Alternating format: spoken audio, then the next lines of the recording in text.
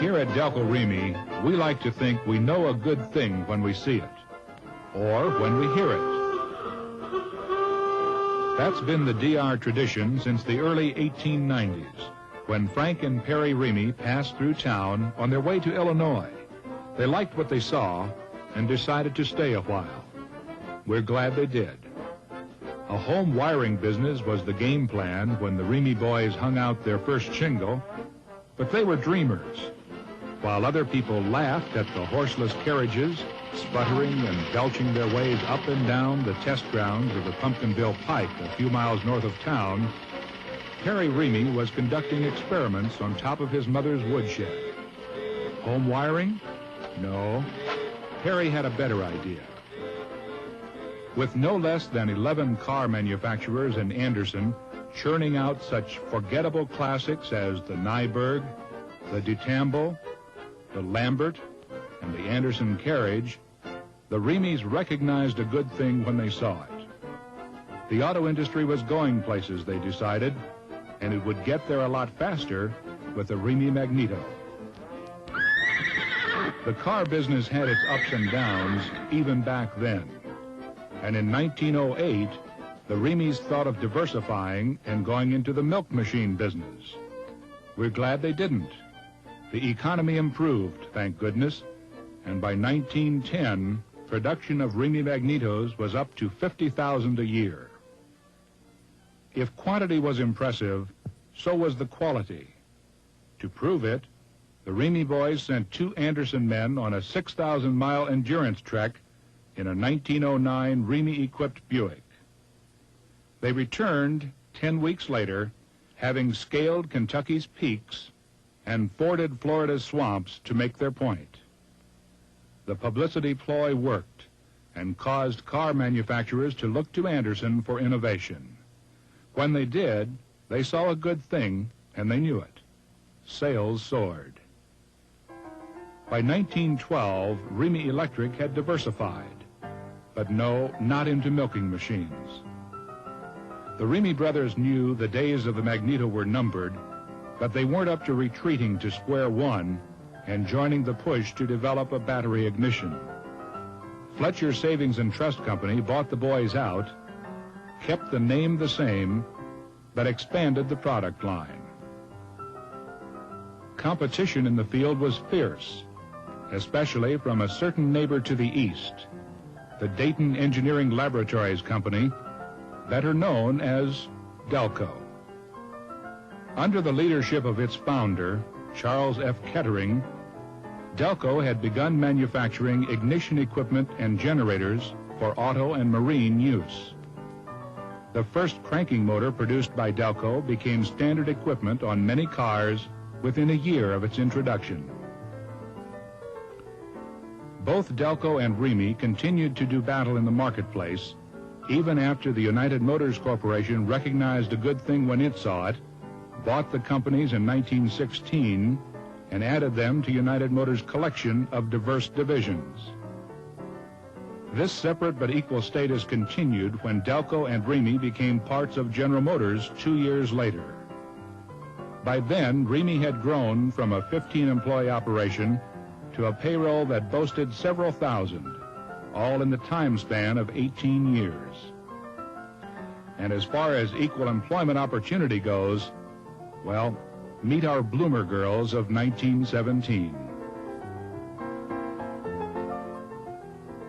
In spite of its formidable workforce, Remy Electric's fate was soon up for grabs when its financial stability was questioned in Detroit during the business slump that followed World War I. GM President Alfred P. Sloan sent one of his lieutenants to Anderson to assess the health of the ailing division and to prescribe a transfusion of GM funds or to recommend the corporate cord be severed. Rather than pronouncing it dead on his arrival, J.D. Mooney recognized a good thing when he saw it, and he immediately outlined a crash shape-up program that resulted in a revival of the fittest. The management structure was streamlined, a material control system was initiated, the granddaddy of industrial shop newspapers, the Remy Clan, was introduced, GM's first suggestion plan was launched. Yes, people programs were here to stay, and healthy competition spilled over from business to pleasure. Meet some of our corporate winners. Meanwhile, back on the assembly line, our range of products expanded again when Remy convinced the corporation it could supply Klaxon horns at a better price than the Klaxon Company of Newark, New Jersey. The Klaxon folks pleaded no contest and shipped all their manufacturing equipment to Anderson. The word Klaxon, by the way, comes from the Greeks, meaning to shriek, and that's exactly what they did. Available for $3.50 each, the Klaxon was the state-of-the-art horn, and road signs across America urged motorists to sound your klaxons at every turn. Physically, the division grew as rapidly as its business. During Charles E. Wilson's tenure as Remy's general manager in the mid to late 20s, plants 2, 4, 5, 6, and 8 were built. Delco and Remy consolidated. Guide Motor Lamp Company and Delco Products Division were organized under the Delco-Remy banner. The Seabury Brush Company was purchased, and the first carload of batteries was shipped from our new Muncie battery plant. Success had its dark side, though, and Wilson knew many GM officials in Detroit questioned whether the city of Anderson had a large enough workforce to man the expanding Delco-Remy facilities. He concocted a colorful way of convincing them Anderson could handle the assignment.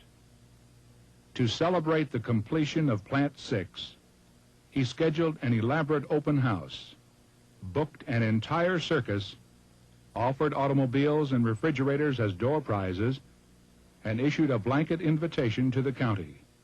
"Y'all come," he said, and they did. Also on hand, of course, were Alfred P. Sloan and GM's board of directors, who quickly recognized a good thing when they saw it. A workforce so large and enthusiastic that any doubts about Anderson's potential were drowned out by the bleeping strains of a steam calliope.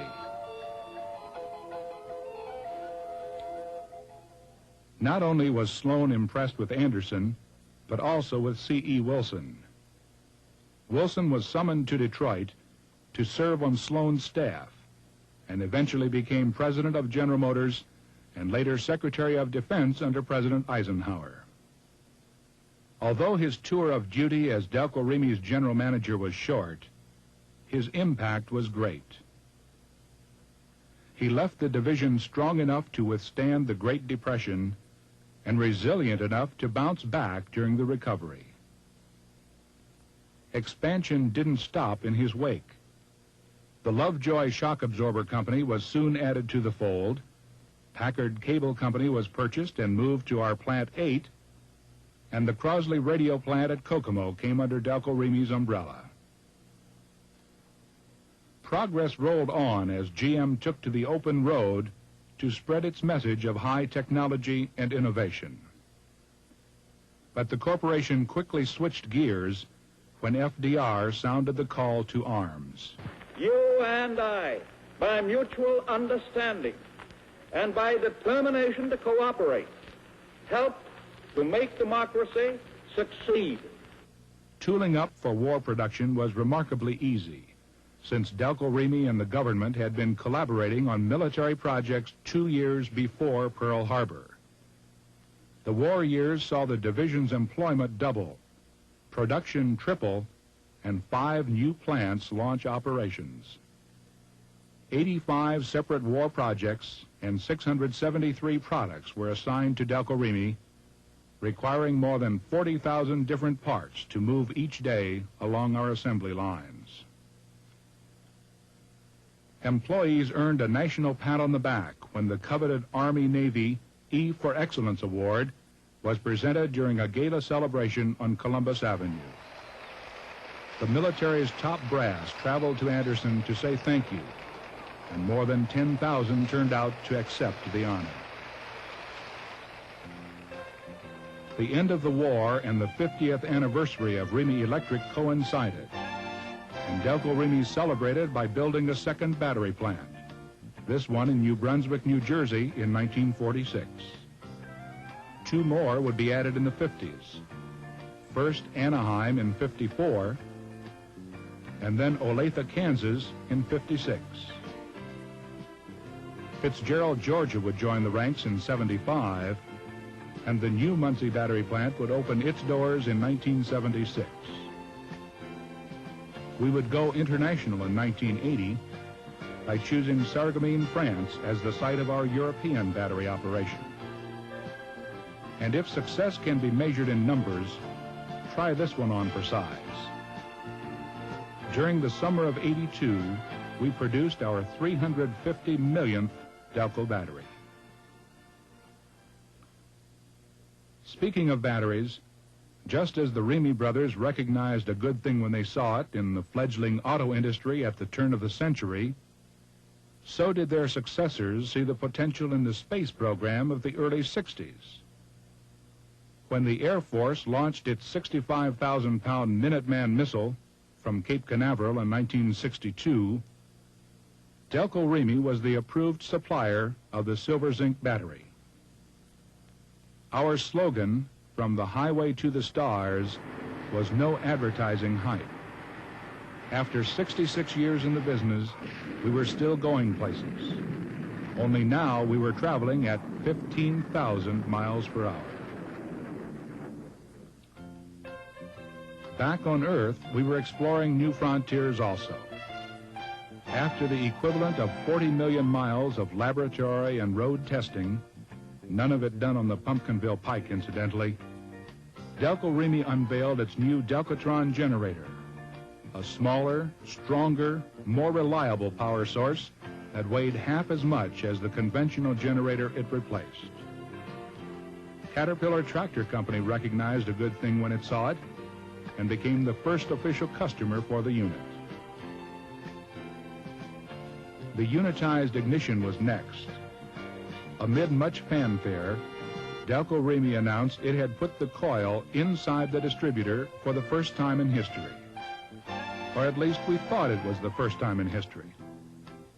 Our faces turned a little red when Western Airlines celebrated its 50th anniversary and asked our help in rebuilding a couple of 1917 engines so Western pilots could fly the vintage planes to the Smithsonian in Washington. When the old engines were knocked down, sure enough, we found the coil inside the Delco-Remy distributor. It seems our engineers originated the revolutionary idea all right, but they did it in 1917, not 1972. HEI, high-energy ignition, was another major breakthrough to come off our drawing boards and onto the highway. Introduced as an option in 1974, our car divisions recognized a good thing when they saw it, and it became standard equipment on all GM cars by 1975.